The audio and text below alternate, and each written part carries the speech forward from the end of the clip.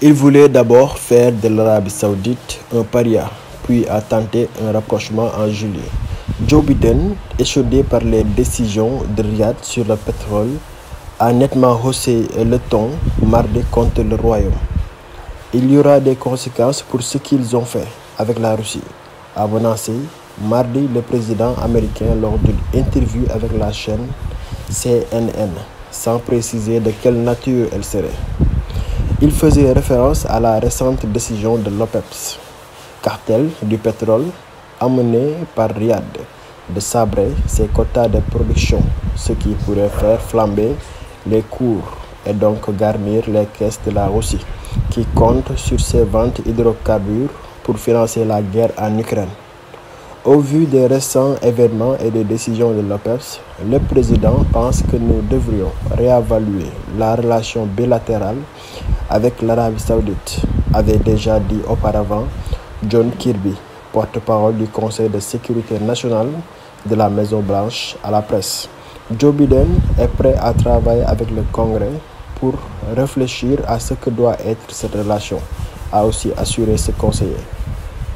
Camouflé, l'OPEP, les 13 membres de l'Organisation des pays exportateurs de pétrole, OPEP, menée par l'Arabie Saoudite et leurs 10 partenaires conduits par la Russie, a infligé un camouflet diplomatique à Joe Biden, qui réclamait au contraire une offre abondante. Le président américain s'était déplacé en Arabie Saoudite en juillet pour rencontrer le prince héritier Mohammed Ben Salman, après avoir pourtant juré pendant sa campagne de faire du royaume un paria à la suite du meurtre du journaliste saoudien Jamal Khashoggi. Le ministre saoudien des Affaires étrangères, Faisal Ben Farhan, a expliqué mardi sur la chaîne Al Arabiya que la baisse de production représentait une démarche purement économique prise à l'unanimité des pays membres de l'organisation visant à maintenir un marché du pétrole durable. Les membres de l'OPEP+ ont agi de manière responsable et ont pris la décision appropriée, a-t-il affirmé. La décision du cartel pétrolier a suscité une vague d'indignation parmi les membres du Congrès américain et en particulier parmi les parlementaires du Parti démocratique, celui de Joe Biden. Le puissant chef de la Commission des Affaires étrangères du Sénat, Bob Menendez, a menacé lundi de bloquer toute future vente d'armes à l'Arabie Saoudite. Le sénateur démocrate Richard Blumenthal et l'élu à la Chambre des représentants Rouhana l'ont pris au mot en présentant mardi un projet de législation pour mettre fin à ces exportations.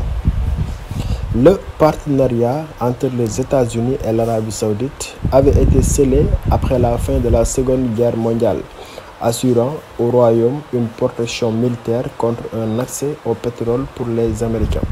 Cette relation émaillée de crises avait été relancée par l'ancien président républicain Donald Trump avec de pharaoniques ventes d'armes à la clé.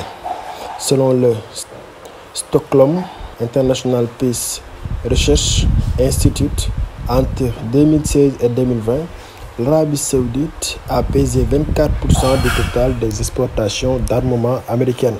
La relation est stratégique et a fait progresser la sécurité et la stabilité au Moyen-Orient, a relevé mardi l'ambassade saoudienne à Washington dans un communiqué. La coopération militaire bilatérale sert les intérêts des deux pays, a-t-elle ajouté. L'Arabie Saoudite dirige depuis 2015 une coalition militaire au Yémen pour lutter contre les rebelles Houthis soutenus par son ennemi régional, l'Iran. Elle a été visée par des tirs de missiles Houthis. Joe Biden, conscient de la fureur des activistes des droits humains, avait justifié son voyage en Arabie Saoudite par le souci de la sécurité énergétique, mais aussi de la sécurité régionale.